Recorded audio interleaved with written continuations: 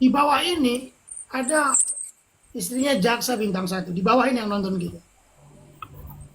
Jujur banget. Jadi kita ini bukan membenci lembaga kejaksaan. Orang ini dari proses awal itu udah bermasalah. Dari awal prosesnya sudah bermasalah. Jadi yang bisa diselesaikan lebih mudah, ditarik kemana-mana, di framing orang, dibilang mencemarkan nama baik. Jadi sebenarnya begini kok, kalau ada 3 syarat pencemaran nama baik itu sebenarnya. Ada 1 yang namanya penghinaan, belate, ada cemoohan, smad, ada fitnah, laster. Jadi kalau salah satu dari 3 ini nggak ada, dia nggak bisa sebut sebagai pencemaran. Nah masalah flexing tadi kan hanya cemoohan. Syarat pertama dan utamanya itu hanya bodoh aja. Kalau dia bodoh, dia laporkan. Kalau dia benci, dia laporkan. Ya maksudnya JPU itu salah bertanya. Pertanyaan JPU itu sebenarnya harusnya ke pelapor. Masa dia nggak baca aturan itu sih? Syarat formil dan material. Kata orang yang membuat pasal ini di Indonesia ini ya, namanya Apinto. Dalam buku Temis Rehkundia Mizrif, dia bilang begini, syarat formilnya si pelapor itu harus benar-benar bodoh. Lalu yang kedua syaratnya, si pelapor itu harus benar-benar benci kepada yang dilapor. Jadi pertanyaan JPU tadi keliru. Dia harus baca lagi tuh. Itu aja lah dari saya. Mungkin yang lain. Terima kasih. Oke, Mr. H, mungkin ada yang mau disampaikan, silakan narasinya, Bang.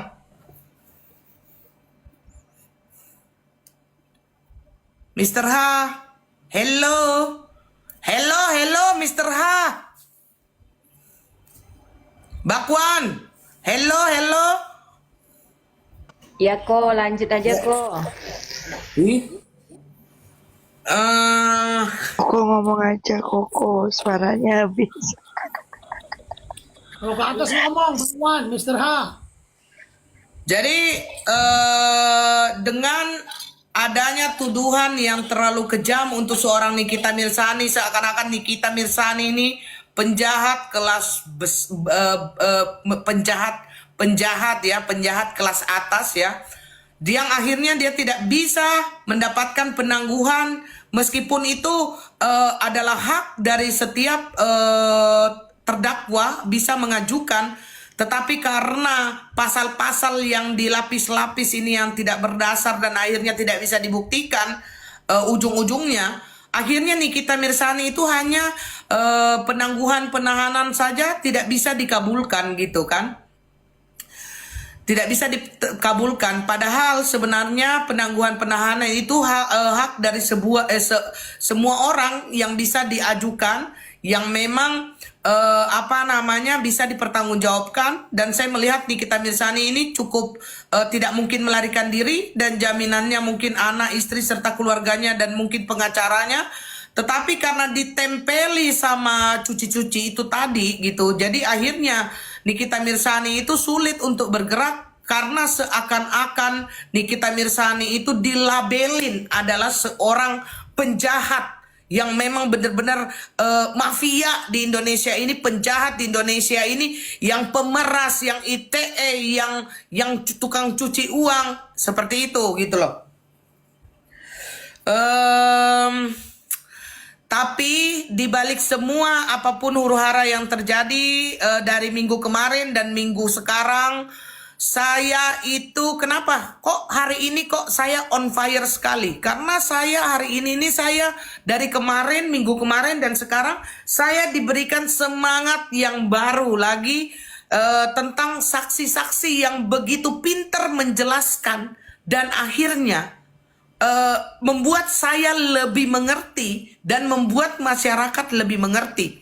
Itu adalah saksi-saksi yang dihadirkan oleh Nikita Mirzani. Memang benar-benar saksi yang bisa menerangkan kasus ini seterang-terangnya dan membuat kita masyarakat itu mengerti. Dan tidak ada kolerasi atau penekanan, tidak ada mungkin rasa sifatnya itu membenci pihak pelapor, dan memang ini saksinya ini adalah saksi yang benar-benar kompeten di kelasnya, di bidangnya, di pengetahuannya. Dan mohon maaf sekali, mungkin saya sudah berapa kali saya bilang, tapi saksi-saksi yang dihadirkan JPU itu adalah saksi-saksi yang sudah tidak independen, sudah tidak real, tidak murni sebagai saksi gitu. Satu, ada pernah yang sudah pernah ada catatan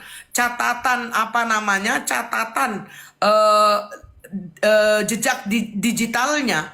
Orang itu pernah mengatakan Nikita Mirzani itu lon-lon. Pertama. Yang kedua, saya mendengar bahwa saksi berikutnya adalah orang yang berteman dengan pelapor. Nah, ini di sini ini kan sudah tidak benar, dan apa yang dikatakan tidak sesuai dengan keilmuan dan tidak memuaskan masyarakat, tidak memuaskan masyarakat dengan statement-statement dari saksi-saksi itu. Dan di situ saya itu merasa lemas dan merasa sedih dengan hukum yang ada di negara kita yang kita cintai ini. Itu kenapa saya itu sudah tidak lagi speak up. Kakak awak Mamel buka WA dong. Ya Allah, iklan lagi kan. Sebentar penting karena ini kan permintaannya banyak. Aku ngomong sama Mamel dulu. Speak up ya. Saya tidak, kemarin itu saya terus terang saya bukan bukan pesimis. Saya sedih dan kecewa dengan hukum yang ada di negara kita ini gitu kan. Kemarin yang waktu saksi-saksinya itu, saya merasa kecewa dan saya merasa malas untuk berbicara. Tetapi 2 minggu dibuktikan, 2 minggu ini ada saksi-saksi memang yang benar-benar jelas membuat kita itu terang, membuat kita itu mengerti, membuat kita itu sepakat bahwa Nikita Mirzani itu bukan tukang cuci, ya. Nikita Mirzani itu bukan penjahat cuci, ya. Jadi Nikita Mirzani itu hanya artis yang bergelut di entertain dan mempunyai 3 anak yang harus dia perjuangkan dan harus dia bahagiakan gitu. Oke, ayo Mambel. Ngomonglah Mambel. Udah menangis lo orang di bawah. Ya, seperti itu. Mana ada buka laundry, buka mie ayam. Betul itu, ya. Karena Nikita Mirzani itu bukan tukang cuci ya. Bukan tukang cuci. Jadi saya rasa memang mungkin sebelahnya itu baru tukang cuci ya. Cuci tangan, cuci mulut kan harus dilakukan dan sedang dilakukan begitu. Dan saya berharap ya, saya berharap dengan apa yang ada terjadi saat ini, dengan apa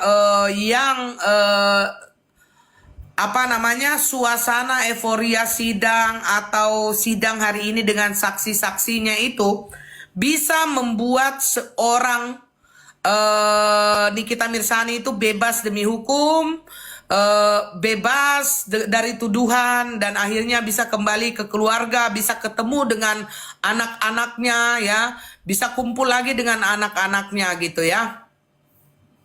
Koko jangan lupa besok anaknya Ami ulang tahun, Abang Aska. Oke. Selamat ulang tahun buat Aska Mawardi ya, tetap semangat jagoannya Ami ya. Semoga menjadi anak yang pintar, menjadi anak kebanggaan keluarga khususnya ya, dan kebanggaan kita semua. Semoga Tuhan memberkati semuanya ya. Besok lupalah aku, lupalah awak. Makanya kita kawal terus. Iya, kita kawal terus, kita rapatkan barisan. Kalau pertanyaannya sekarang begini. Emangnya dalam kasus Nikita Mirzani ini suara-suara dari kami ini atau suara-suara dari masyarakat ini apakah bisa membantu Nikita Mirzani? Tentu saja bisa. Karena suara masyarakat itu adalah suara Tuhan. Jangankan untuk kasus Nikita Mirzani, ya. Tidak mungkin presiden itu menjadi presiden tanpa suara-suara kita. Jadi suara rakyat itu suara Tuhan, suara masyarakat itu suara Tuhan. Jadi jangan berkecil hati, tetap rapatkan barisan ya. Kita tetap yang doakan yang terbaik biar semuanya sesuai dengan harapan kita semua. Begitu. Yang bilang mimpi itu ya, yang bilang mimpi itu tolong kencingmu saja belum lurus ya. Kamu kalau berani naik lawan saya, jangan berani cuma Kencingmu, di bawah ya. kencingmu belum lurus, gimana bengkong dong? Bengkok kencingnya aja belum bengkok. Kau itu baser. Jadi level kau itu antara langit dan bumi gitu loh. Naikkan saja. Coba kalau dia mau naikkan saja. Saya mau lihat dia mimpi apa, mimpi buruk apa mimpi basah. Gitu loh. Ia tahu aku baser itu. Yang mana sih?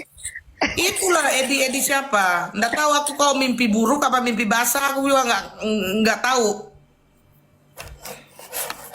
Jadi gimana, di mute nggak ini? Ya kalau mau mute aja lah biar tidak ganggu konsentrasi kan. Oke. Betina apa jantan? Kau pikir aku ayam? Mulutmu Kau pikir ya. aku ayam sekong? Allah Akbar, ya Allah. Buatin tuh, buatin Sisilia jadi nggak Sembiring, jadi naiklah tidur. Sisilia Sembiring. Kalau mau ini gabung-gabung untuk ini bakuan juga ya, kita ketawa aja. Bantulah kami ini, koko ini berbicara ini. Udah Bukan, berusaha kita. ayolah Bu Hakim naik, Bu Hakim. Gak apa-apa kok, lanjut aja kok. Gitu aja kau terus sampai besok ya. Jadi gimana, Koko? Gimana pertanyaannya? Bentar ya, aku kabur gara-gara si Edi tuh. Ayo, apa pertanyaannya? Udah terserah Koko. Kok aku mau tanya boleh kok? Boleh, ini saya jawab sesuai aku ya. Aku maaf kalau aku aku bukan orang hukum. Ayo coba. Kira-kira kok JPU atau Pak Hakim yang terhormat itu kalau dilaporkan ke KY, yang laporkan tuh mesti siapa kok? Oh, kalau itu jangan tanya saya. Ya, tanya M. Yamin. Ayo Bang, kira-kira JPU sama Hakim kalau ada ketidakbenaran itu lapornya kemana Bang? Karena menurut saya ya, cara mereka bekerja tuh sudah tidak benar, sudah tidak sesuai dengan porsinya.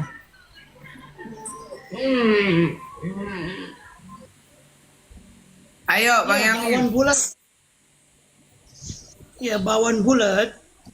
Jadi kita melaporkan itu bukan menurut perasaan. Itu yang pertama dulu. Bukan menurut saya, tapi menurut aturan kita. Tapi permasalahannya di negeri ini, melanggar hukum itu sudah jadi kebiasaan. Mohon maaf benar. KUHAP itu kan undang-undang. Kalau polisi melanggar 1 atau 2 pasal di KUHAP dalam menangkap orang bisa diperapitkan, pra-peradilkan. Terus kalau hakim melanggar KUHAP itu 1, 2, 3, 4, 5 pasal, nggak boleh, nggak bisa, nggak ada dasarnya. Jadi seharusnya itu ke KY namanya, Komisi Yudisial. Kalau hakim.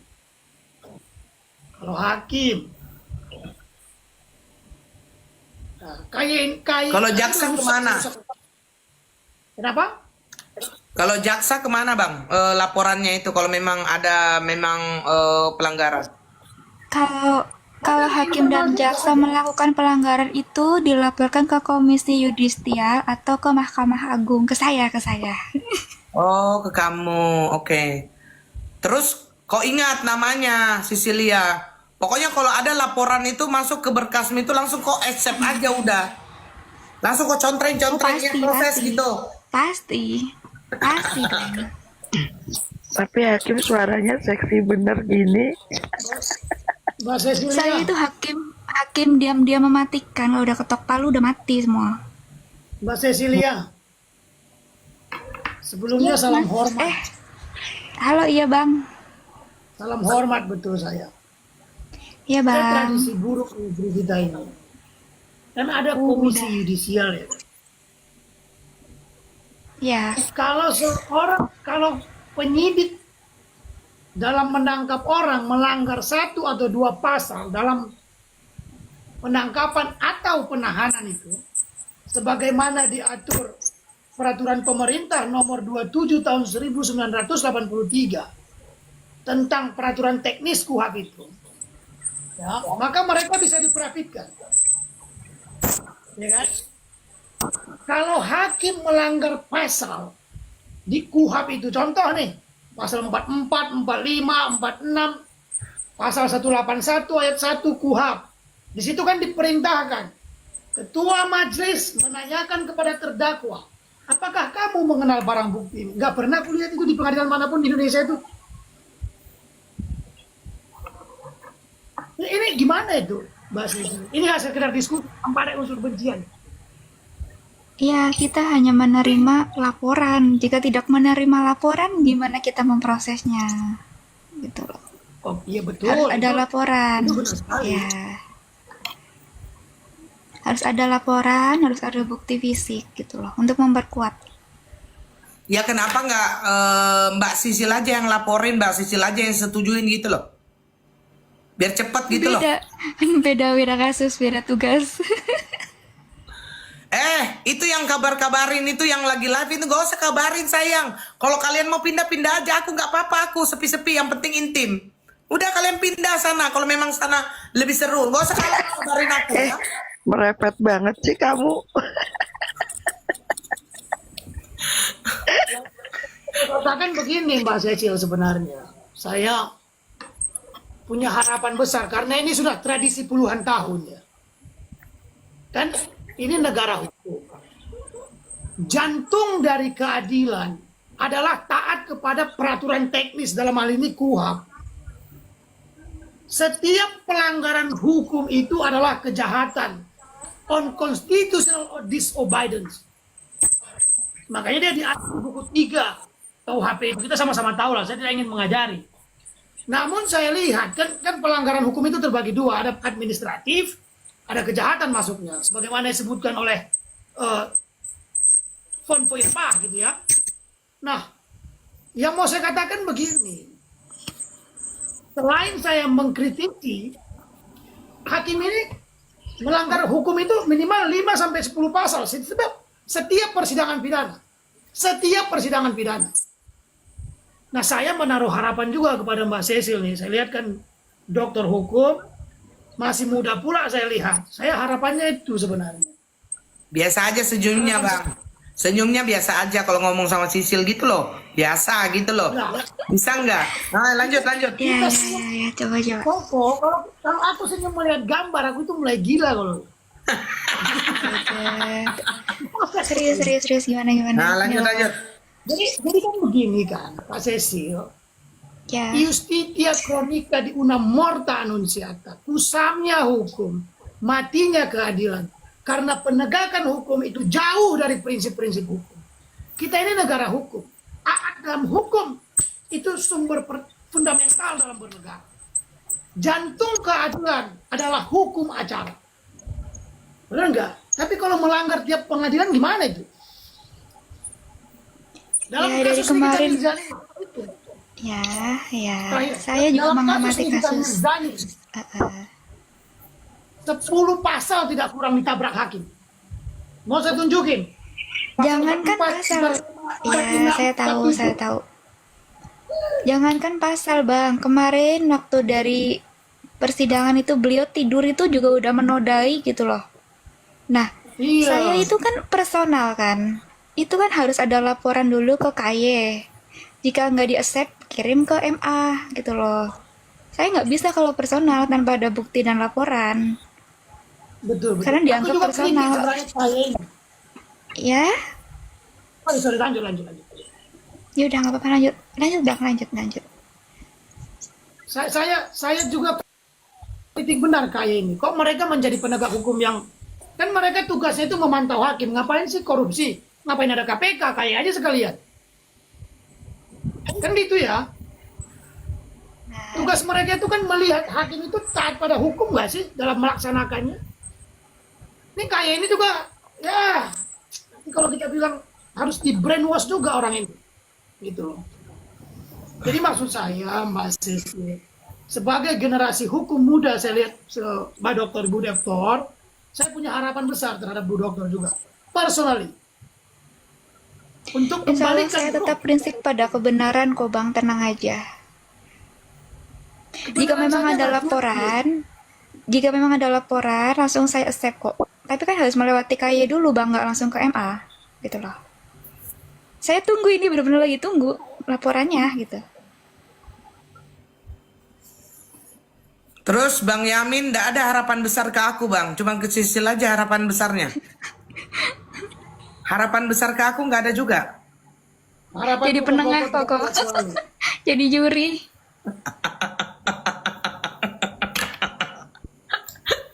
Iya kasihan lah. Apa? Kita kan belajar hukum dengan hukum itu kan tidak hidup Iya kalau dia nggak Bang, saya tahu di sini ada ketidakadilan. Cuman saya juga mengikuti prosedur. Nanti aku disenggol bacok nanti sama yang lain. Kalau secara personal. Ya. Saya mohon maaf ya Bu Dokter ya, maksudnya aku nggak mau terlalu jauh Kita nanti. sharing-sharing. Aku khawatir nanti masalah. Aman.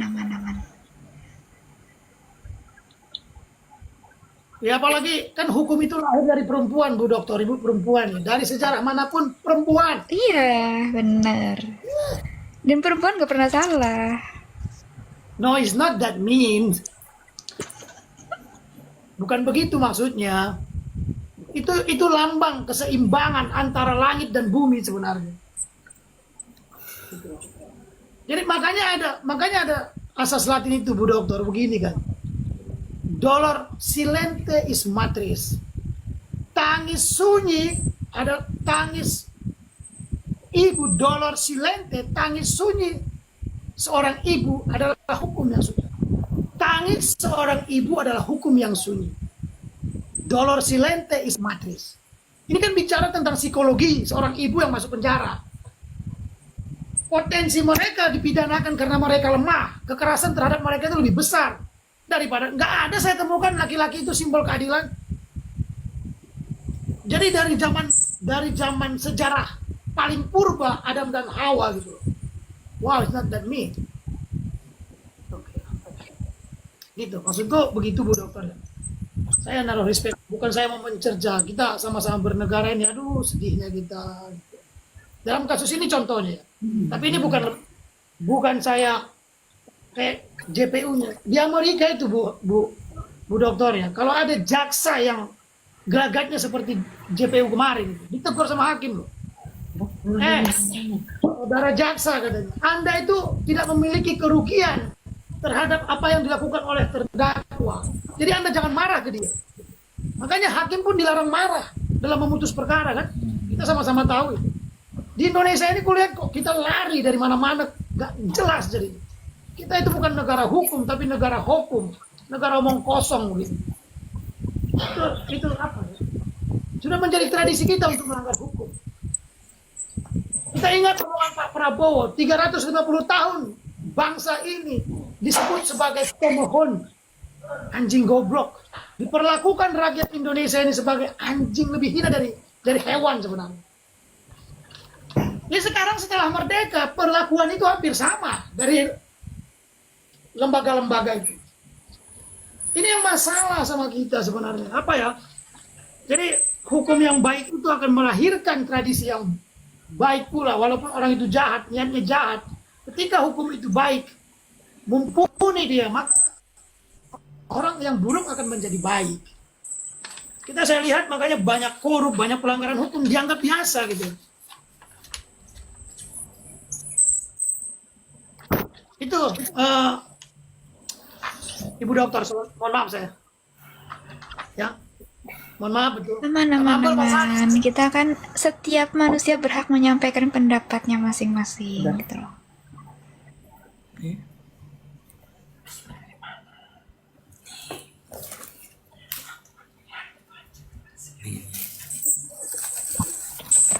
lanjut. Dokter lanjut, salam hormat ya Bu Dokter ya. Iya bang, manggilnya bang kan? Apa itu Bu? Iya saya manggilnya abang kan? Ya mau Apa Koko? mau panggil abang, mas, yang juga terserah Dokter Sisil aja, gitu loh. Ya kan Kalau ada yang manggil di Jepang Koko, saya ada dipanggil manggil sama abang. abang. Ya. Kalau di Jepang saya dipanggil Yamada, kalau di Jawa dipanggil Yanto. Ah. Oh, soka. Usah yo. Bahasa Yamada Jepang. kan gunung. Enggak, itu candaan aja. Oh, I see. Memang kalau di TikTok ini Bang Yamin ini sudah mulai belajar untuk membicarakan hukum dan sesekali dia bercanda. Karena kalau berat-berat nanti pecah kepala orang-orang di sini gitu. Jadi harus begitu memang. Udah pinter Bang Iya, Yamin biar sekarang. balance. Benar. Harus balance. Jadi Biar nggak tegang. biar nggak tegang gitu. Udah ada keputusan Kak Niki. Kamu nonton apa enggak? Keputusan apa? Belum ada keputusan. Kok Ya. Bang Yamin, Mambel sama Kak Gude sama Ibu Hakim, saya izin turun dulu ya. Ah ya silakan. Saya kira mau bertanya. Oke silakan kalau mau Enggak turun. ya. Selamat malam semuanya. Terima kasih. Ya, Siapa yang kira-kira mau mengutarakan narasi boleh multi ya. Boleh multi tapi yang berisi ya, biar ada tahunya ini agak ada isinya gitu loh. Ya. Bang Yamin mau tanya dong, rekaman yang diputar Niki bahaya nggak buat yang merekam? Rekaman yang mana? Bang Yamin mau ada tanya. bahaya lah itu karena hak lah. Dan kewajiban juga harus diputar. Nah, saya ulang lagi ya kalau masalah rekaman. Kasus ini sudah cacat dari awal. Karena kenapa rekaman yang ditimbulkan yang dia menduga bahwa itu adalah sebuah pemerasan. Jadi dari awalnya itu kalau menurut bahasanya Bang Yamin, kesucian hukum itu udah ternodai. Kesucian dan kemurnian hukum itu sudah ternodai. Karena pihak pelapor itu sudah diduga melakukan pelanggaran hukum. Karena sudah menyalahi pasal 27 ayat 3B gitu Bang. Ayat 2B gitu Bang ya. Nah, jadi itu sudah menyalahi tentang merekam tanpa izin dan menyebarkan tanpa izin ya. Dan itu sudah juga ada pasalnya gitu. Jadi ini sudah dibilang yang melapor pun melakukan melakukan pelanggaran hukum di awal yang akhirnya kasus ini sudah cacat. Kasus ini sudah ternodai gitu. Ibarat kata perawan tinting, hukum ini perawan tinting sudah ternodai gitu. Jadi sudah tidak tinting lagi gitu. Jadi sudah kacau, sudah jelek, sudah hancur dari awalnya kasus ini. Begitu. Iya, izin ku sambung ya Koko. Sebenarnya Ya, silakan. yang Koko sampaikan tadi yang dibahas di pengadilan itu kaitannya dengan pasal 183 KUHP itu kan. Hakim memutus perkara itu sekurang-kurangnya 2 alat bukti yang sah. Nah, apakah di Indonesia ini memahami tentang apa bedanya sah dan legal? Ini yang paling buruk juga di kita nih. Sah itu artinya tunduk dan taat kepada aturan-aturan yang berlaku, yang disepakati, sah. Kalau nggak tunduk namanya legal.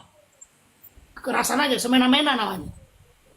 Jadi saya berharap ya karena semua kan nanti kita serahkan kepada hakim gitu ya. Proses-proses lain sampai saya berharap sih ya kembali ke hakim. Mudah-mudahan. Jadi rekaman yang diputar tentang adanya JPU dan hakim sudah dikondisikan itu loh maksudnya saya kok. Bedakan repost ulang sama pelaku utama. Kalau rekaman itu yang merekam itu bukan Nikita Mirzani. Nikita Mirzani hanya merepost ulang dan mendapatkan informasi. Itu harus dibedakan. Beda dengan yang memang berniat di awal atau diduga pelaku perekaman dan memang dia merekamkan tanpa izin dan akhirnya menyebarkan. Nah, seandainya rekaman pas waktu diduga yang dibilangnya dia pemerasan itu, akhirnya saya tahu gitu. Akhirnya sudah menjadi konsumsi publik dan akhirnya saya menyebarkan juga. Itu berarti saya repost ulang, bukan saya pelakunya. Begitu. Menurut saya. Lagi live sekarang Mambel, biarin aja sayang. Kalau kau mau di situ Martina, kau di situ aja Martina. Ya, nggak usah kalian sampaikan apa yang terjadi dunia luar. Kita fokus aja, masing-masing fokus. Rekaman soal Dewi kok nggak tahu aku sayang. Aku taunya rekaman ini Bandung Lautan Asmara aja sayang. Aduh, nggak tahu aku nggak main begitu aku. Aku mainannya ya kayak begini-begini aja mainanku gitu loh. Kalian kayak nggak kenal aku aja. Aku mainannya yang kayak begini-begini gitu loh. Nggak main-main, saya nggak menyalahkan, tapi aku mainnya ya sesuai dengan apa yang aku tontonkan dan aku repetkan gitu aja. Saya juga nggak mau, karena begini, ya saya kasih tahu. Saya sepakat sama Mambel, sepakat. Kayak Mambel kan menyayangi Dokter Reza Gladys gitu kan. Adiknya Mambel, kata Mambel bilang kakak adik awak. Dan dia menyayangi Reza Gladys gitu. Nah, saya pun juga begitu. Yang saya bicarakan adalah kasus tanpa aku itu membenci siapapun di sini. Tidak benci aku. Tapi kalau kalian benci sama aku ya berarti kalian yang masalah. Karena aku nggak membenci. Saya cuman merepet aja intinya. Merepet tentang kasus. Melihat, meninjau sebagai masyarakat biasa gitu kan. Biasanya kan kalau masyarakat biasa ketika ada sebuah yang dia lihat dan dia tonton itu ketidakbenaran, mungkin dia lapor ke Pak RT ya, Pak RW ya, Satpam, security setempat. Kalau saya punya wadah gitu, atau Mambel punya wadah gitu. Iya, merepet, hidup repet ya. Ya udah lanjut lagi Bang Yamin.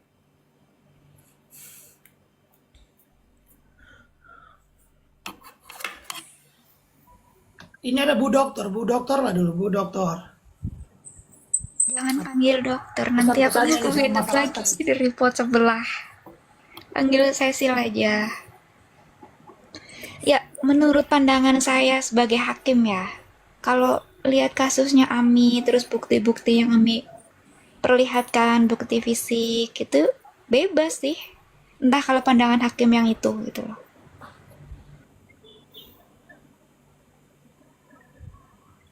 Karena saya hanya menerima laporan dan bukti, hanya bisa memvonis seperti apa hasilnya. Karena hakim itu kan finishing.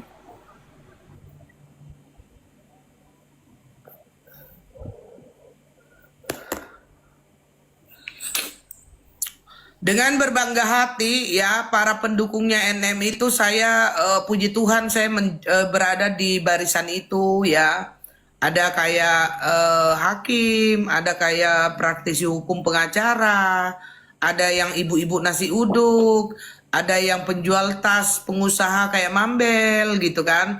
Ada yang pekerjaannya apa aja dimanapun kalian berada. Tapi saya masih yakin dan percaya para barisan pendukung Nikita Mirzani ini adalah orang-orang cerdas, orang-orang baik ya, tanpa saya harus menghina gitu kan. Saya hanya membagus-baguskan apa yang ku dukung aja gitu. Ya gitu. Nah, akhirnya saya menjadi sama sekali tidak menyesal dan akhirnya memantapkan pilihanku dan akhirnya merasa oh iya ya, ternyata aku mendukung Nikita Mirzani itu tidak salah gitu. Apalagi ujung-ujungnya terakhir-terakhir ini saya cukup berbangga hati dan cukup puas dengan maksudnya ternyata yang kita bela ini bukan penjahat dan memang digiring-giring supaya menjadi penjahat. Tapi akhirnya kebohongan itu tidak bisa ditutup ya.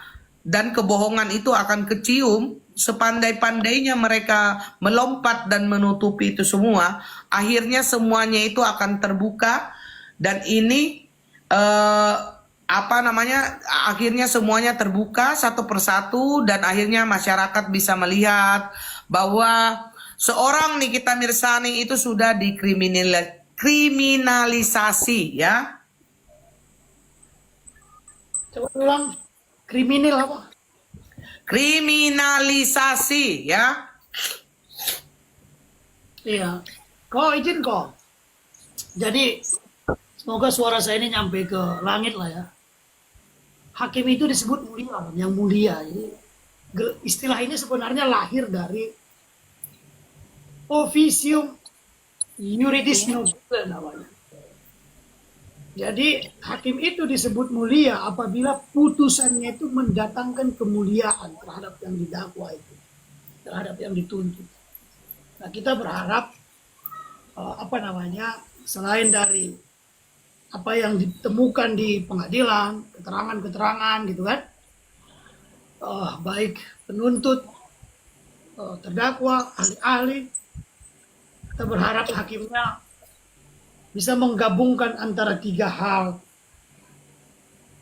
fakta di pengadilan, pengetahuan hukumnya secara konkret ya, bukan pengetahuan pasal tapi hukum, lalu intuisi hati yang dalam dan digabungkan dengan apa itu namanya, cahaya ilahi. Itu saja harapan saya, sehingga putusan itu mendatangkan kemuliaan kepada negara, kepada khususnya terdakwa Nikita Mirzani. Itu aja Koko. Oke, saya ini adalah seorang masyarakat biasa gitu loh, tapi kebetulan titel saya itu nggak kalah sama Bang Yamin sama Dr. Cecil ya, karena saya ini Koko Hiro Cimot SH MPD McDonald SCTV Indosiar TPI ya. Jadi titelku itu juga berderet. Jadi kalau ada yang nanya siapa kau, iya titel itu berderet gitu. MU Manchester United ya. Jadi jadinya banyak gitu. Jadi kalau saya ngomong itu memang agak-agak tinggi gitu, padahal sebenarnya rendah, tapi nggak apa-apa lah ya. Yang penting bersuara gitu. Yang penting bersuara sayang ya, daripada buzzer-buzzer yang typing aja nggak bisa bersuara kan, mendingan aku gitu loh. Jadi isinya saya kalau bukan tontonan makanan aja saya punya gelar gitu. Kelihatan kan dari badannya kan? Ya udah. Kalau kalian bertanya kepada saya ya, Koko Hiro Cimot SH MPD McDonald MC Manchester United TPI Indosiar SCTP ya, aku akan menjawab begini. Ini seperti sebagai masyarakat biasa ya. Jelas ini sidangnya memang itu terus pokoknya harus mau sampai tengah subuh, tengah malam ya, sampai kuntilanak, genderuwo keluar semua, dia tetap harus bersidang. Karena kenapa? Ini sudah kejar setoran ya, kejar setoran. Karena sudah permintaan perpanjangan persidangan yang harusnya nih kita itu bebas demi hukum, tetapi JPU meminta lagi, bahasanya ya, bahasa ini bahasa masyarakat aja ya, meminta lagi untuk perpanjangan. Itu namanya kalau nggak salah perpanjangan luar biasa gitu kan, perpanjangan luar biasa. Nah itu kalau nggak salah itu tanggal, kalau nggak salah ya 18 November apa 18 ini aku nggak ngerti, itu sidang itu harus selesai. Kalau tidak nih kita harus bebas demi hukum. Nah apakah saya nggak tahu kalau tanggal 18 ini tidak selesai juga? Maaf kalau salah tanggal ya. Maaf, aku udah minta maaf. Aku jangan dibully. Nah, apakah JPU akan minta lagi tadi itu kan apa namanya, terambulan luar biasa. Berarti ini dia harus minta terambulan super luar biasa lagi gitu. Nah, makanya kalian jangan heran. Kalian jangan heran kalau ini ngeri kali saya punya alarm ya. Kalian jangan heran kalau memang ini biarpun sampai kuntilanak, genderuwo udah pada ketawa semua, pada dangkring semua, dia masih sidang. Memang begitu sayang. Karena memang itu sudah apa namanya, mereka itu kejar-kejar kejar tayang karena mau nggak mau, terima nggak terima, ini harus cepat selesai sesuai dengan tanggalnya. Begitu. Oke, Bang Yamin, mungkin secara hukum, kalau aku secara ini preman aja lah aku bilang ya. Iya, apa namanya?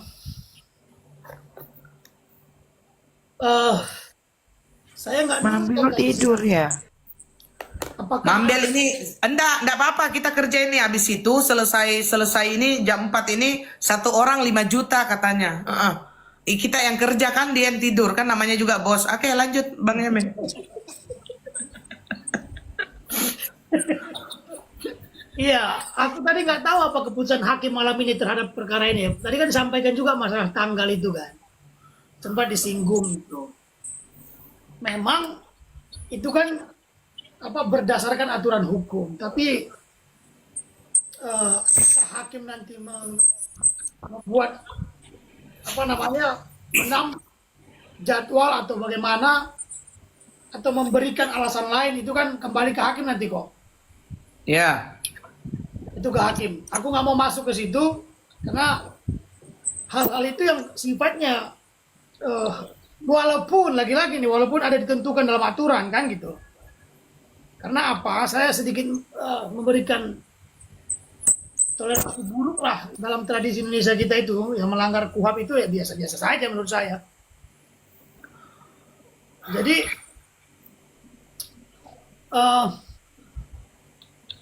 aku nggak mau masuk ke perihal tanggal tadi, walaupun secara hukumnya benar gitu. Biarkan nanti di hakim itu apa kebijaksanaan dia. Enggak, tapi yang saya maksud itu tadi yang saya jelaskan benar ya Bang ya? Gitu, memang mereka lagi kejar tayang kan? Iya. Suaranya Bang Yamin kecil. Emang ya? Aku lahir di antara gunung dan laut. Enggak Bang, jangan kau percaya Bang. Besar, kau punya volume itu yang kau tinggikan, ya. Kami pun nggak kopok di sini. Ya coba kau korek dulu telingamu ya sayang ya. Pak Dokter Muharam. Pak Dokter Aku Muharam. jadi ngantuk serius. Nggak gini lah guys, semuanya kita kan sudah melihat bagaimana ceritanya. Tunggu, Mbak Sisil maaf. Ini orang ini loh. Gina Berduri itu sering banget masuk di liveku kan. Kalau dia mau masuk itu saya tidak tahu mau panggil apa. Kata dia begini, aku panggil Gina aja kok, nggak bisa juga. Setiap saya lihat namanya itu tuh Berduri punya dia. Oke, lanjut.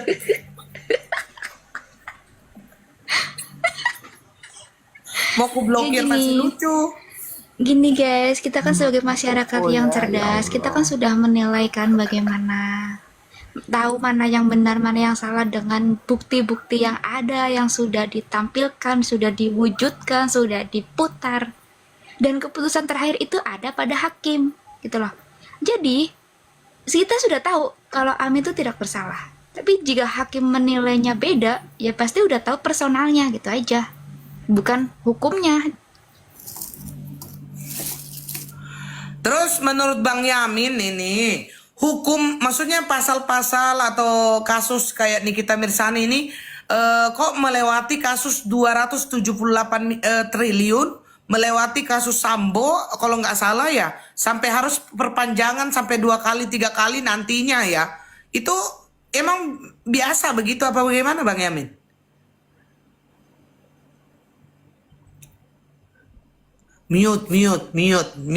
Mute. Ya sorry Koko, sebenarnya ada. Jadi kalau dalam bahasa Belanda itu kan ada duang. Duang itu kan memaksa ya kan.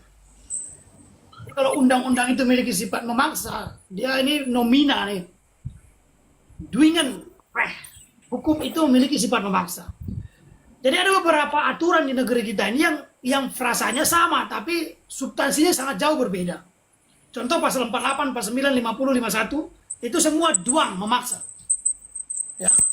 Tapi beda-beda juga nih. Saya mau masuk ke 369 juga sama, tapi duang medal namanya. Ya.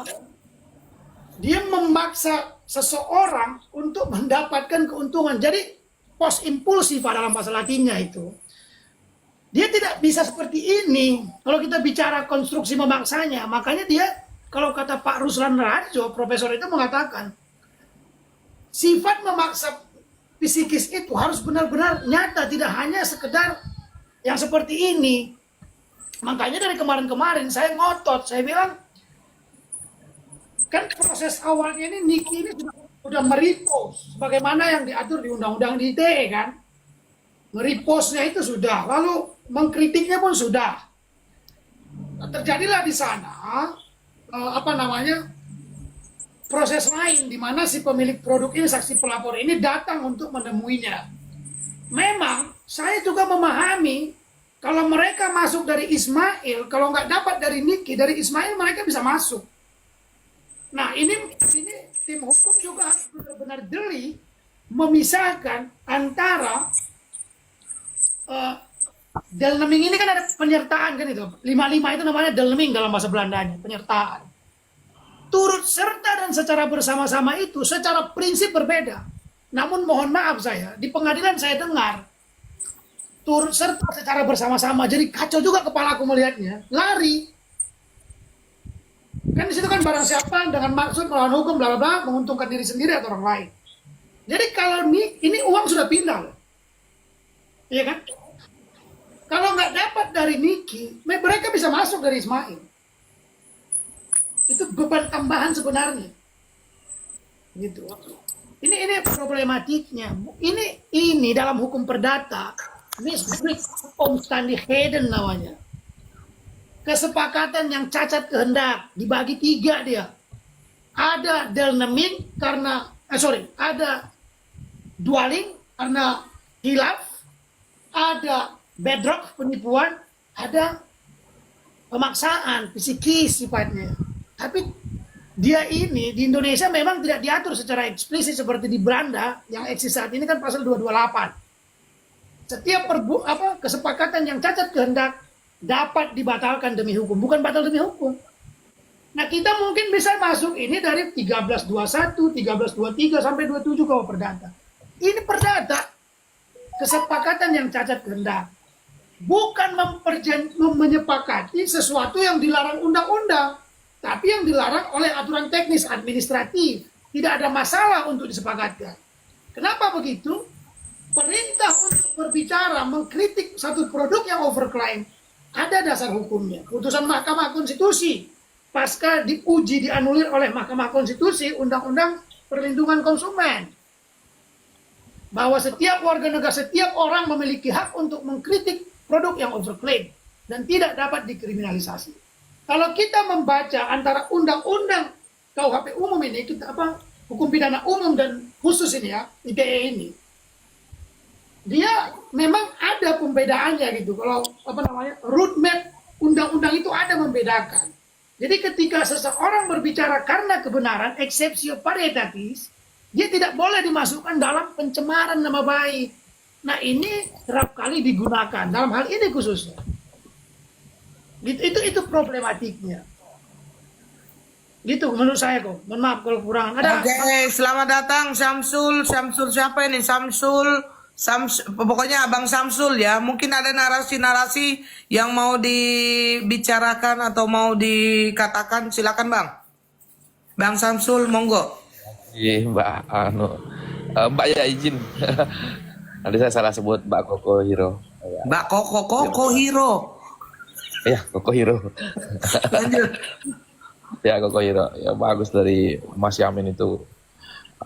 Dia menggunakan bahasa Belanda itu ada putusan Mahkamah Konstitusi mengenai tentang perlindungan konsumen. Memang saya objektif ya, ini pendapat saya aja. Memang kalau dianulir di putusan 65 itu memang ada yang harus diperjelas, diperluas putusan 65 itu 2015. Kebetulan saya di ketatanegaraan sering kebetulan. Sebab sekarang saya lagi gugat penghapusan pensiun DPR kebetulan. Tapi saya tidak masuk ke situ, pokok perkaranya tidak masuk ke situ. Tapi kalau melihat daripada persidangan seharusnya sih tidak bisa diperpanjang, harusnya dibebaskan dulu sampai dia divonis harusnya. Karena masa tahanannya sudah habis. Karena pertama dia bukan ekstra. Ini saya objektif ya Mbak, saya nggak kemana-mana ya. Karena ini bukan extraordinary crime. Kalau extraordinary crime seperti tipikor itu tidak akan bisa diberikan tahanan luar. Kenapa? Karena dikhawatirkan untuk kabur, menghilangkan barang bukti dan lain-lain. Tapi ini kan bukan masuk extraordinary crime. Nah, TPPU kan ada disangkakan, saya pernah dengar dia disangkakan tindak pidana pencucian uang. Nah, TPPU ini kan tidak bisa berdiri sendiri sebenarnya. Dia harus ada pidana pokoknya dulu. Pidana pokoknya belum diputus, sudah dimasukkan TPPU-nya. Kan agak bingung saya. Pasal TPPU itu kan sebenarnya harusnya itu ada pidana pokoknya baru dia bisa seperti kata Mas Yami tadi, bisa made player pasal 55. Baru bisa disambungkan, baru dia masuk unsurnya. Itu menurut hukum acaranya. Saya tidak terlalu paham kenapa dimasukkan dalam satu waktu yang sama ketika ada di situ pemerasan disertai dengan TPPU. Logika hukum saya tidak masuk malah. Nalar hukum saya malah nggak masuk. Terkecuali kalaupun dia yang seperti dari kata Mas Yamin tadi, pasal 55 tadi, kalaupun sudah diponis itu yang satu, yang laki namanya siapa ya? Ismail, itu baru bisa diikutsertakan Ibu Nikinya. Seharusnya. Tapi saya nggak paham kenapa bisa seperti itu. Nah, memang yang menjadi polemik di hukum kita sendiri, kita tahu di PN Jakarta Selatan. Beberapa saat yang lalu, KPN, mohon maaf, KPN Jakarta Selatan terkena gratifikasi yang sekarang disidangkan di PN Jakarta Pusat bersama Jumiamto dan kawan-kawan. Artinya gini, nalar rationing dalam mengadili tidak memperhatikan hak asasi manusia. Padahal sudah jelas di Undang-Undang 48 tahun 2009 kekuasaan kehakiman. Hakim dan hakim konstitusi harus mencari dan menggali fakta yang berdasarkan harkat hidup yang di dalam masyarakat. Nah, saya bingungnya kenapa kejar tayang. Tidak ada hukum kejar tayang itu. Selama pembuktiannya, pemeriksaannya belum selesai, seharusnya mereka mengikuti itu. Masa tahanannya habis, tidak bisa diperpanjang. Jaksa pun tidak bisa meminta untuk majelis memperpanjang masa tahanan itu seharusnya. Tapi saya doakan yang terbaik. Semuanya untuk yang terbaik bagi korban, bagi pelaku, terduga pelaku, bagi teman-teman semua. Itu sih Koko Hiro. Saya cuma berpendapat aja karena seru aja. Mohon izin. Gak apa-apa, Abang Samsul. Gak apa-apa, ini memang di sini wadahnya, tempatnya kita kita mengeluarkan narasi-narasi, pemikiran-pemikiran yang baik sependapat maupun tidak sependapat, gak apa-apa, kita bicarakan secara sehat. Dan kayak saya juga itu kan bukan dari orang hukum, tapi dengan adanya pembicaraan-pembicaraan hukum ini akhirnya bisa mengerti dan paham dan belajar juga gitu. Oke. Saya orang hukum, tapi saya juga S1 Ilmu Komunikasi Universitas Muhammadiyah Jakarta, S2 saya Ilmu Komunikasi Universitas Muhammadiyah Jakarta juga. Jadi saya pun sendiri bingung ketika undang-undang ITE pakai dijeratnya Ibu itu. Tapi ya kita doakan yang terbaik. Itu aja sih Bu Koko Hiro, izin. Kalau saya S3 Bang.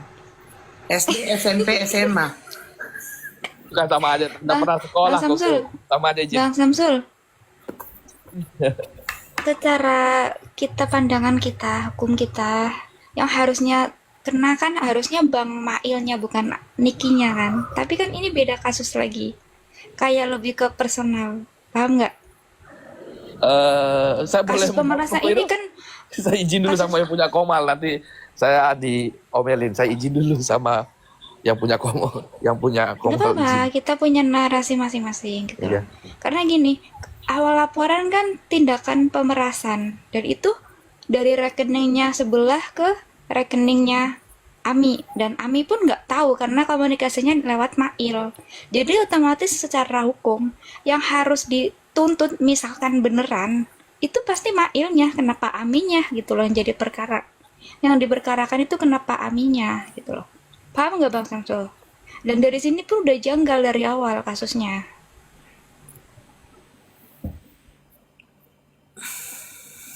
Mbak, saya sempat mengikuti. Ya, memang saya sedikit bingung kenapa dimasukkan TPPU Undang-Undang Nomor 8 tahun 2010 itu. Saya bingung juga dakwaannya seperti apa. Saya sedikit kurang mengerti. Tapi karena balik lagi kan kami bukan penasihat hukumnya yang dari awal, artinya dari awal kita benar-benar tidak tahu, berkasnya juga tidak tahu. Kita hanya melihat saja baru kita Secara berpendapat. pandangan kita, iya. Secara pandangan, kalau saya berpandangan ini kasus dipaksakan. Mohon maaf kalau saya berpandangan. Benar-benar. Mohon maaf ya. Iya, Mohon maaf. benar. Iya, benar. Karena TPPU itu tindak pidana pencucian uang itu tidak bisa berdiri sendiri. Harus ada pidana pokoknya. Karena itu bukan primary crime, tapi secondary crime. Nggak ada TPPU itu bisa berdiri sendiri. Harus ada dulu misalkan 374, 378. Ada dasarnya dulu harusnya. Ada dasarnya dulu. Baru kemana aliran rekeningnya. Dan itu pun dibuktikan, mohon maaf, dengan PPATK. Ini bukan pidana perbankan. Coba baca aja pasal di Undang-Undang Nomor 8 tahun 2010. Kebetulan kebetulan S1 saya hukum tapi hukum ekonomi syariah. Jadi banyak mempelajari mengenai tentang itu. Kebetulan skripsi saya juga. Saya sangat bingung sekali ketika orang dipaksakan dengan TPPU jadi pidana pokoknya, bukan menjadi second crime atau second primary-nya. Malah yang dijadikan primary crime-nya malah TPPU, bukan pemerasannya. Seharusnya pemerasannya dibuktikan dulu. Kalau memang ada pemerasannya itu kan harus dibuktikan dengan pemerasannya itu seperti apa. Benar. Kalau berpendapat overclaim dan lain-lain itu hal yang berbeda. Nah kan itu di transaksi elektronik, kalau dia disangkakan dengan pasal Undang-Undang ITE, itu masih masuk unsurnya tapi belum tentu bersalah. Ya belum tentu bersalah, itu masih masuk unsurnya. Ini saya bingungnya dua-duanya didakwa dalam dua nomor perkara yang berbeda tapi dalam satu perkara yang sama. Artinya saya makin bingung, saya tersesat di jalan yang terang. Tapi kalau yang Mbak Cecilia Sindiring mengatakan itu secara legal kita sama berpikirnya kok bisa gitu. Tapi kembali lagi karena kita tidak dari awal sebagai penasihat hukum, kita tidak dampingi, kita nggak tahu kenapa bisa masuk seperti itu. Mohon izin. Itu pendapat kami, izin. Iya benar-benar. Dan ini pun kayak melompat-lompat gitu loh, nggak ada dasarnya. Langsung tiba-tiba kok TPPU atau apa gitu loh. Nggak ada dasar dari awal. Benar-benar dipaksakan. Iya, izin Mbak Cecil ya dan Pak Samsul. Memang berdasarkan undang-undang TPPU itu, memang dia follow up crime gitu ya, atau predicate crime. Namun dalam aturan teknis kejaksaan itu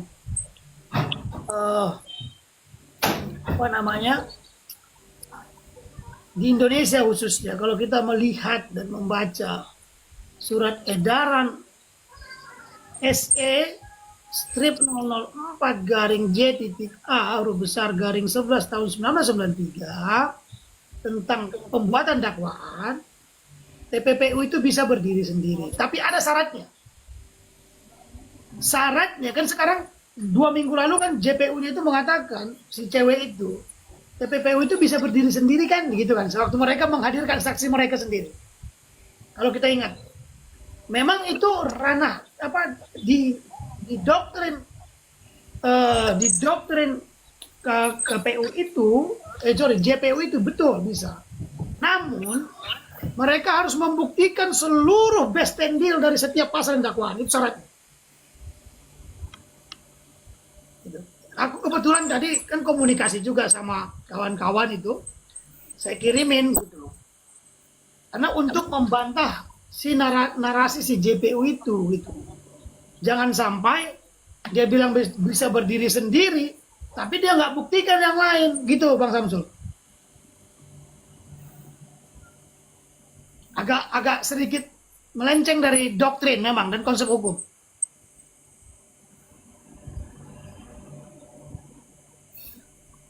Oke, Bang Samsul mungkin ada yang mau ditanggapi?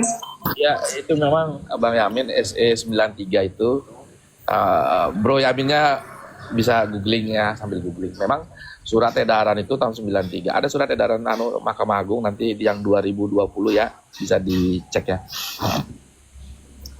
Kebetulan itu kita sempat perdebatkan mengenai tentang TPPU itu kenapa tidak bisa berdiri sendiri. Nah, saya berikan analogi sedikit. Ini kejadian fakta nyata klien saya. Klien saya didakwa tipikor, kerugian negara 1,4 miliar, tapi uang titipannya 2,4 miliar, plus tambah 900 juta. Jadinya total yang dia serahkan ke Kejari Pontianak itu 3, sekian. Artinya kalau secara logik dia potong saja kerugian negara 1,4, berarti sudah tidak ada kerugian negara, tidak bisa dia ditersangkakan. Nah, pertanyaannya sekarang begini, kenapa dia bisa ditersangkakan? Ternyata Kejarinya minta duit. Ada di BAP, ada di putusan kalau ini. Singkat saya persingkat cerita, ada di dalam putusan di fakta persidangan saya bongkar, sama seperti Ibu Niki saya bongkar. Jadi saya berikan flash disk BAP-nya semua lengkap. Jadi namanya Julius Sigit Kristianto. Sudah ada di putusan dan hakim pengadilan tinggi hingga kasasi memerintahkan untuk memeriksa. Saya lapor ke Jamwas. Jamwas bicara apa? Ini nggak bisa masuk TPPUD. Loh, kenapa nggak bisa? Kan udah ada putusan. Nah, yang artinya yang saya mau sebutkan tadi, JPU-nya tidak menerapkan sense of justice, kacamata keadilan. Harusnya bersifat netral. Karena doi adalah pengacara negara yang mewakili negara untuk memastikan prinsip-prinsip keadilan itu terpenuhi. Kan begitu. Nah, karena dakwaannya, saya bingung juga formilnya dari mana, materialnya bisa masuk dari mana. Tapi kembali lagi, kita kan bukan penasihat hukum dari terdakwa, jadi kita hanya bisa berpendapat secara secara legal. Tapi yang disampaikan Bro Yamin juga betul. Tapi yang di satu sisi yang disampaikan, kalau saya melihat jaksanya tidak menerapkan sense of justice, kacamata keadilan, harusnya menerapkan prinsip-prinsip hak asasi manusia itu tidak bisa dilewatkan karena itu satu kesatuan yang sama. Karena dia bukan penjahat negara yang terorisme atau yang mohon maaf yang saya katakan sampai merugikan orang banyak. Kurang lebih seperti itu. Artinya kan ini walaupun tidak memiliki kompetensi absolut mengkritisi produk, harusnya dilaporkan dulu ke BP POM. Baru bisa baru bisa dikritik. Nah, kan seperti itu. Kan karena tidak dilaporkan ke BP POM, itu dasarnya.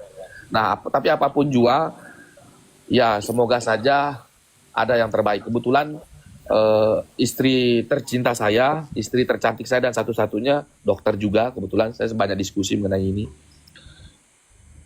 Kenapa sih ada bisa seperti ini, dokter yang mengetahui kesehatan tapi tidak melihat ini akan berdampak bagi masyarakat kalau digunakan, kalau digunakan ada merkuri dan lain-lain atau produknya overclaim bahasanya, kurang lebih seperti itu.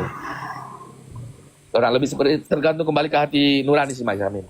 Tapi saya sedikit sepakat kalau tentang yang tadi, mohon izin.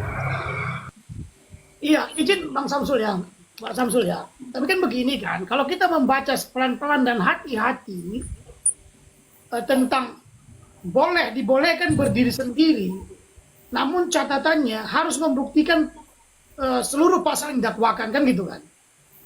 Ya artinya sebenarnya secara prinsipnya sama dengan follow up crime. Dia tidak bisa berdiri sendiri tanpa dibuktikan pasal yang apa namanya yang didakwakan yang lain. Nah, ini kan bisa melihat di situ prinsipnya sama, hanya metodenya sedikit berbeda. Ini hanya mungkin menurut saya JPU itu memodernisasi saja. Tapi kalau yang ini dia lari. Mereka kan disebutkan oleh JPU yang cewek itu. Bisa dong berdiri, kan apa namanya? TPPU itu bisa berdiri sendiri. Dia nggak sebutkan, itulah manipulatifnya di situ. sebenarnya nggak lari prinsipnya, hanya dia pengembangan aja sifatnya. Kalau follow up crime dibuktikan dulu, apa namanya, dakwaan dasar baru masuk ke TPPU follow up crime-nya. Ya kita mengembangkan sedikit, boleh berdiri sendiri. Catatannya wajib membuktikan seluruh seluruh dakwaan. Kan sama itu sebenarnya. Itu sama aja prinsipnya. Mana aja gitu. Lalu yang kedua, mungkin saya agak berbeda perihal melaporkan dulu ke BPOM itu. Menurutku, aku agak berbeda tuh Bang Samsul. Kenapa? Mengkritik produk yang overclaim itu adalah hak setiap warga negara, setiap orang. Dasar hukumnya ya peraturan perlindungan konsumen pasca diuji Mahkamah Konstitusi tadi tahun 2008. Artinya, dan orang yang mengkritik untuk kepentingan umum tidak dapat dimasukkan 2015 pidana, kan Mas gitu ya. kan? Pasal perkara 65 2015. Sorry? Perkara 65 2015 untuk perlindungan konsumen, Bang. Oke, thank you. Terima kasih sudah mendengarkan. Jadi artinya apa? Dia diperintahkan mengkritik kan. Legal dasarnya itu mengkritik. Nah ditambah lagi plus Undang-Undang UU ITE pasal 27 pasal 27B atau ayat 3 itu untuk kepentingan umum bukanlah satu kejahatan. Kan itu sudah tegas sebenarnya. Tak perlu kita naik ke atas undang-undang dasar. Nanti kita jadi kacau jadinya. Gitu. Jadi tidak perlu Nikita Mirzani, tidak perlu saya melaporkan ke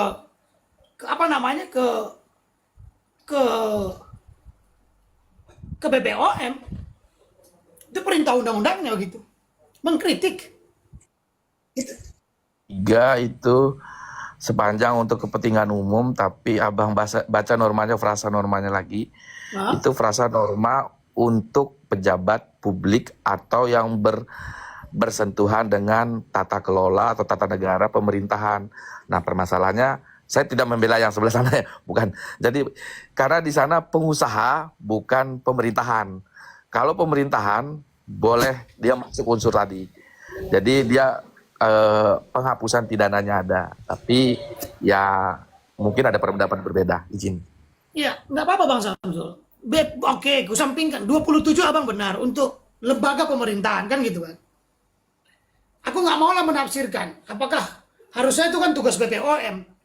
Nah, kita nggak usah menafsirkan itu tujuannya agar kita tetap utuh. Kalaupun aku nggak pakai pasal 27 tadi, kugunakan putusan Mahkamah Konstitusi itu kan dasarku. Itu kan sifatnya erga omnes. Bukan inter partes kan.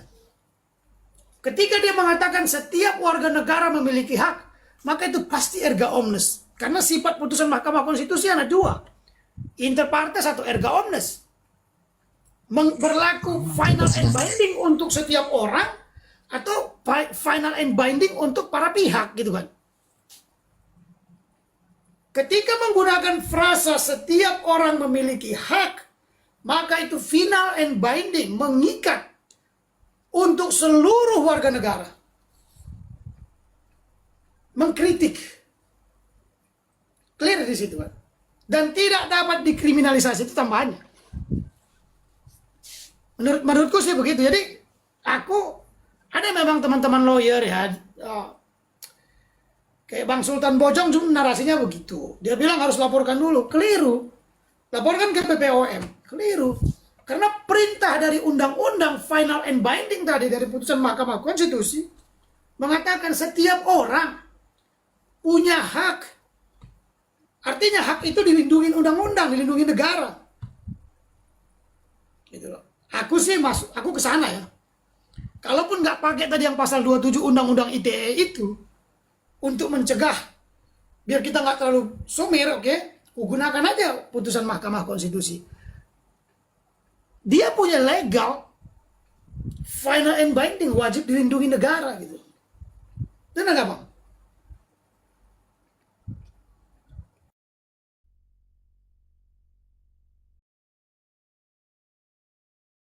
Oke, Mami Obet, selamat datang. Mungkin ada narasi-narasi yang mau disampaikan, silakan. Aku masih di persidangan, Kohiro, boleh diliwat aja, yang lain aja dulu. Oke, gimana keadaan di sana? Alhamdulillah kondusif, aman. Nggak, Ngapain maksudnya kau bisik sudah- maleng kau rupanya di sana, ngomong aja kayak biasa.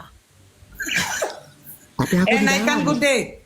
Mambel tidur kau, Mambel Iya, aku tahu kau tidur baru sejam loh kok. Ya elah, kita disuruh merepet di sini seakan-akan mendongengin dia loh. Terus gimana di situ masih Mail? Mail masih belum selesai. Masih. Oh di dalam ini apa di luar sih? Dia di luar. Bapak dulu. Kalau di luar bicara lah seperti biasa. Iya, kau masuk ke ruang sidang, bawa kami ke ruang sidang. Oh bawa kami ke ruang sidang. Bawa kami ke ruang sidang. Wah, anjing, nggak boleh, sama JPU-nya nggak boleh, sama JPU nggak boleh direkam di dalam.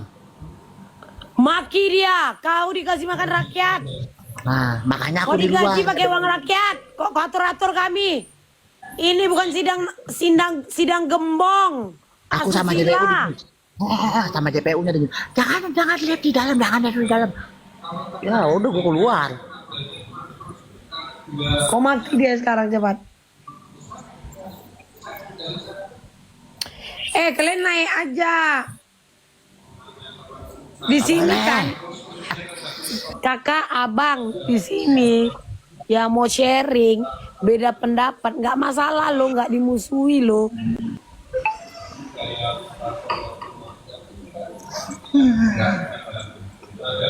Masih Tadi aku Mail, di sekarang jalan masih dari Mail tadi. ya. Masih Mail. Nikita Dan udah pulang. kalian tahu, Masya Allah, rame kali hari ini. Nikita Mirzani diminta untuk melengkapi data sama KPK. Dan rekaman-rekaman hari ini semuanya diputar. Silakan bawa acara Obet. Jadi kayak mana menurutmu Obet? Ya udah, info sekian dan terima kasih. Mami Obet turun dulu, dadah semuanya. Assalamualaikum. Gak usah naik lah Mami Obet, cuma begitu aja. Apa kayak ngomong apa kayak dulu gitu. Kenapa malah di review di Aku nggak bisa kalau nggak teriak-teriak kok. Ya teriak lah. nggak tanya juga ke Niki? Pak boleh teriak Pak? Jangan. Kasih HP ini sama bapak itu, kasih HP ini Pak bilang. Kalau dari saudara apa yang disita? Kasih dulu, aku mau ngomong sama bapak itu. Mau tidur kak. Obet, Apa? kasih HP ini sama bapak itu. Ke siapa? Bapak yang di situ tadi ngajak ngomong. Bapak yang tadi kok ajak ngomong. Mambel mau ngomong. Ke siapa JPU? Bapak yang kalau JPU boleh, kalau boleh ngomong ya Mambel ya. Iya. Pak ngomong Pak. Nggak di sini boleh live nggak Pak? Oh gitu. Perasaan saudara Nggak boleh, nggak boleh. Nggak Mana boleh. JPU-nya biar Mas saya Yamin, ngomong nih. saya temukan Nggak ini, boleh, saya gila. lagi baca juga. perasaan saudara terhadap perkara ini. Apakah saudara mengaku salah? Aku kok ditengokin sama mereka ya, sama polisi-polisi itu. Emang Ludahi preman mukanya, apa sih? ludahi. Itu menurut saudara Mambel ajarannya luar biasa loh Mambel ini. Ludahi coba tuh. pertanyaan saya gitu kan salah atau tidak? Ya udah jelas. Saudara merasa tidak bersalah ya. Saudara pernah diurusan dengan Mau dengar suara? Belum selesai apa ditunda? Ini suaranya. Enggak lanjut Kak itu. juga? Udah ditunda. Sudah berkeluarga? Belum. Belum. Terakhir ya, sebelum selesai, apa yang mau saudara sampaikan? Pertanyaan nggak mutu banget loh. Nggak ada. Nggak ada. Kalau nggak ada, pemeriksaan saudara selesai sama dengan Udah selesai. Kita tunda sampai dulu kita. Semoga terdakwa sehatnya. Kembali lagi. Kalau saya ditanya itu apakah sudah berkeluarga, aku jawab masih jomblo Pak, gitu aja kan. Bang Yamin mana? Turun dia. Keturun apa kepental nggak ngerti aku. Oh Bang, Kenal tadi, kepental. Kak Niki nangis loh kok tadi. Oh iya. Kali nangis dia. Karena mendengar bukti rekaman tadi diputarkan, bahagia juga. Akhirnya kebuka lah semua mereka. Gila, itu haknya Ami kok. Kalau nggak sampai diputar bangetan hakimnya loh. Bang Yamin,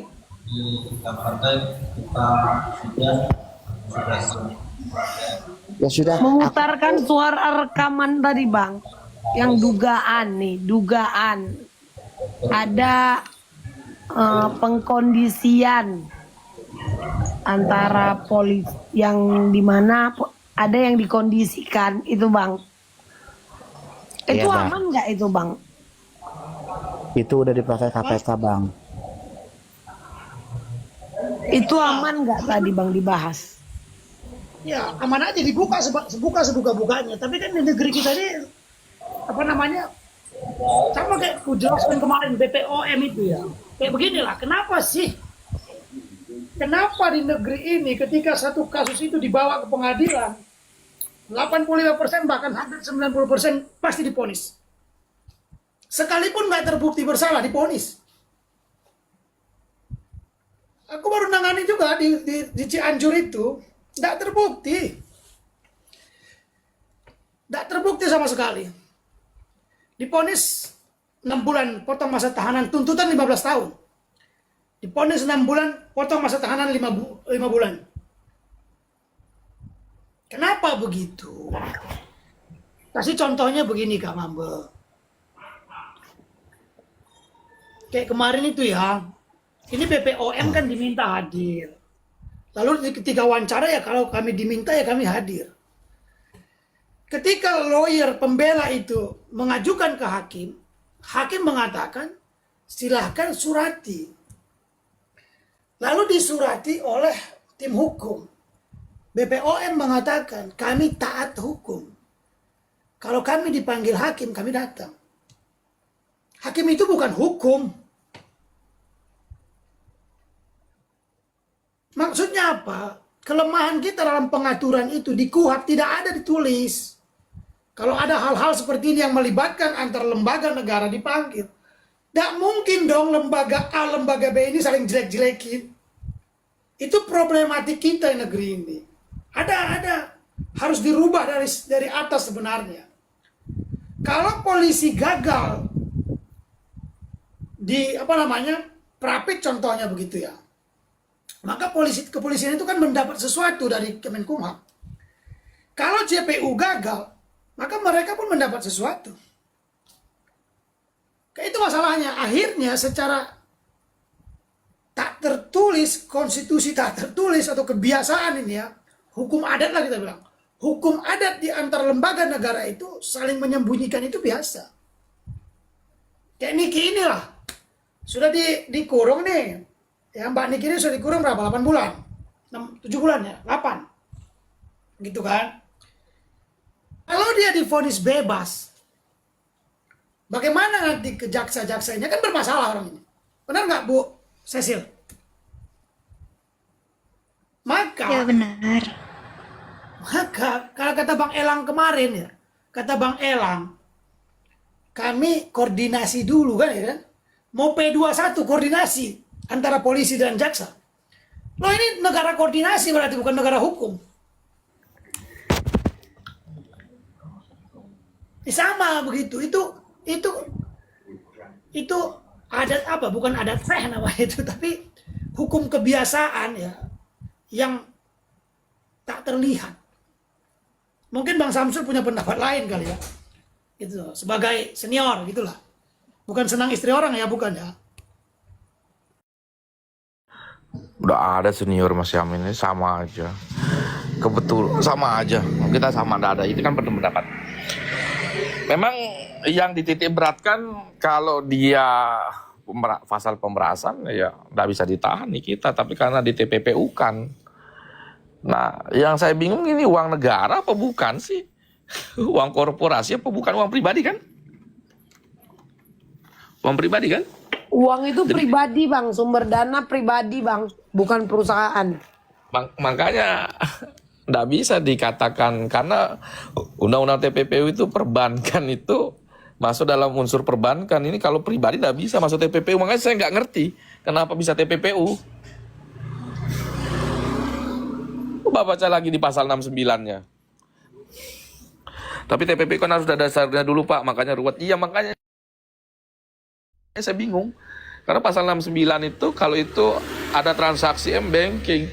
Kalau saya dikasih uang sama Mas Yamin karena saya biar ndak nge-review produknya Mas Yamin, misalkan es mambunya Mas Yamin. Bro, you ngasih gue duit, baru gue nggak review. Pertanyaannya, apakah itu bisa masuk TPP? Nggak bisa. Kan dia ngasih. Apakah itu ancaman? Bukan. Kan frasanya adalah terlebih kalau dalam juga gua persidangan nggak mau kemarin kan dibikin. persetujuan loh, bukan pemaksaan, pemerasan. Jadi udah lengkap loh buktinya sebenarnya. Pemerasannya itu kan harus dibuktikan, pemerasan dengan kekerasan secara langsung, secara verbal ataupun non verbal, itu kan harus ada korban. Dia terluka kah? Mungkin terluka ke jempolnya kah? Mungkin terluka jiwanya kah? Atau mungkin terguncang, ada sesuatu yang berdampak. Tapi kan itu harus pembuktian di kepolisian. Makanya kami mengatakan kami tidak paham di waktu pemeriksaan lidik harusnya dari awal sudah dikawal hak-haknya Ibu Nikita agar tidak terimplikasi ke peradilan. Memang benar yang dikatakan oleh Mas Yamin. Kalau di peradilan Indonesia agak unik. Jadi kalau udah masuk ke persidangan itu mau salah benar, nanti hakim akan menggunakan Undang-Undang 48 tahun 2009 pasal 17 kalau nggak salah tentang kekuasaan kehakiman. Jadi hakim boleh memutus berdasarkan keyakinan dengan didasari undang-undang. Ya undang-undangnya diambil aja, vonis saja. Undang-undang tahun zaman jebot juga bisa dipakai, yang penting dia berkeyakinan. Itu yang terjadi kadang-kadang. Jadi izin Bang Samsul ya. Ya. Sebenarnya saya tidak menyalahkan terlalu banyak dengan keburukan kita ini. Karena hukum kita itu salah dari awal. Kurang konkret gitu. Ada sejarawan Belanda tahun 1865 nulis buku Java Rechtvaardig Gestrut worden. Dia bilang bagaimana sih harus dibuat hukum di Indonesia ini? Namanya Julian Wolbers. Buatlah hukum yang spesifik, rigid. Maksudnya apa? Tadi tentang kekuasaan kehakiman itu. Bukan dimaksud hakim itu memiliki kekuasaan untuk menafsir. Tapi dia kekuasaan itu bebas dari intervensi kekuasaan Orde Baru. Itu dasarnya itu. Hakim itu tidak boleh diintervensi siapapun. Dia hanya tunduk dan taat pada hukum, selesai. Namun lagi-lagi kita kan banyak kekurangan sebenarnya. Kalau kita bahas tentang pasal 1 asas legalitas itu ya, pasal 1 KUHP itu. Larangan analogi hukum. Buat siapa sih itu? Kan buat hakim. Hakim dilarang menafsir hukum. Runtutan literatur kita itu runut sebenarnya. Dari almarhum Profesor Dr. Supomo dalam bab-bab tentang hukum adat itu. Di halaman 36 sebelah kiri dia jelaskan. 35 bahwa hakim dalam hukum pidana tidak boleh hakim harus melahirkan rasa keadilan di masyarakat. Tidak boleh dalam hukum pidana, karena hukum pidana itu mencari keadilan, kebenaran formil, bukan kebenaran masyarakat. Mereka tunduk dan taat pada hukum, sudah adil bagi masyarakat. Rujukannya kemana itu? Nanti itu sampai dia ke Belanda ke Jerman, si Johan Ritter Anselm von Purbach, 1801. Cek di halaman 23 buku aslinya 1801. S24, cek aja. Dia jabarkan di bawahnya larangan analogi hukum itu bagi hakim. Dia ngutip itu dari siapa? Dari Cesar Beccaria, De Deliti e della Pena. Cek halaman 25 sampai 45. Hakim dalam hukum pidana, hakim dilarang untuk menafsir hukum. Kenapa? Dia bilang, pertama, hakim bukan pembuat undang-undang. Ketika dia tafsirkan, maka hakim itu membuat undang-undang. Yang kedua, kalau hakim menafsir hukum, pintu ketidakadilan terbuka luas. Anda akan menemukan satu perkara yang sama di bawah yurisdiksi hukum yang sama di pengadilan yang berbeda dengan putusan yang berbeda-beda. Itu fakta terjadi.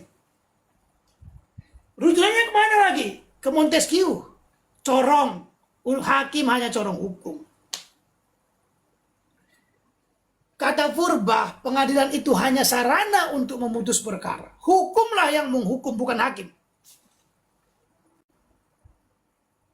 Jadi kalau kekeliruan kita cukup harus kita urutkan ini literatur ini. Pemahaman hukum ini harus konkret dia. Gitu loh. Itu harus dijabarkan juga di dalam KUHP. Nah, ini ada banyak kekurangan KUHP kita. Itu banyak. Saya pernah berdebat dengan Pak Profesor Hyaritz waktu pembentukan KUHP itu. Agak pesimis saya. Ada pula lagi diatur tentang pidana yang berkaitan dengan waktu. Zaman Belanda itu diatur. Koko Hiro Cimot, izin. Sorry saya potong sedikit. Seru sekali diskusinya, tapi waktu juga yang memisahkan, saya mohon izin. Bagus sekali itu. Memang berarti sering membaca Mas Yamin. Karena kita analogikan sering membaca. Memang bagus, apalagi sampai baca nanti bukunya Richard Foster ya kan, Hakim Agung Amerika Serikat. Ya, itu bagus sekali. Memang semoga saja hukum kita jauh lebih baik ke depannya. Koko Hiro Cimot, saya izin undur diri ya teman-teman. Mas Yamin, sorry, mohon maaf. Saya izin undur diri, terima kasih. Sudah diberikan ruang diskusi yang baik sekali. Tapi kita doakan. Terima kasih Bang Samsul, udah hampir, makasih. Siap, izin undur diri. Mohon izin Mas Yamin, mohon izin semuanya. Terima kasih. Oke Bang.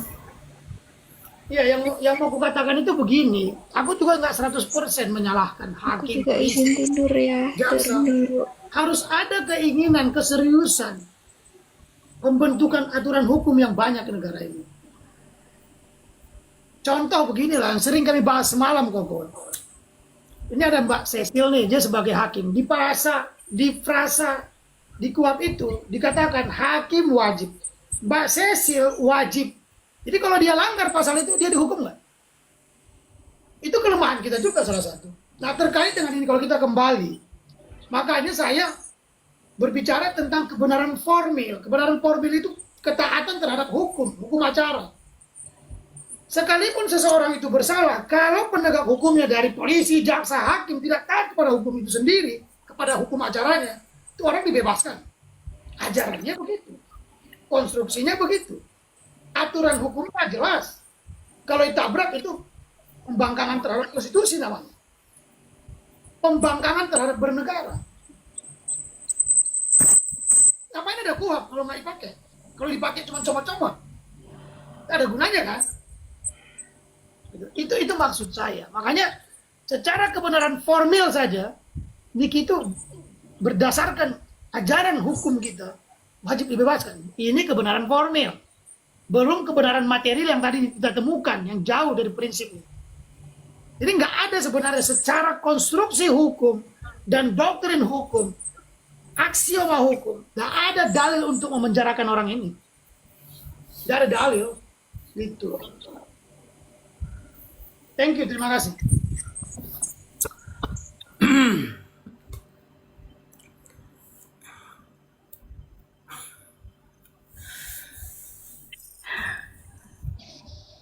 Lanjut Koko. Ya kalau lagi makan ambiar semua tuh. Jadi sebenarnya ya pada dasarnya saya cuma mau berkata, ini Nikita Mirzani ini udah mencapai titik terang gitu kan. Sudah mencapai titik terang. Jadi dimaklumi saja kalau ada beberapa pihak yang kebakaran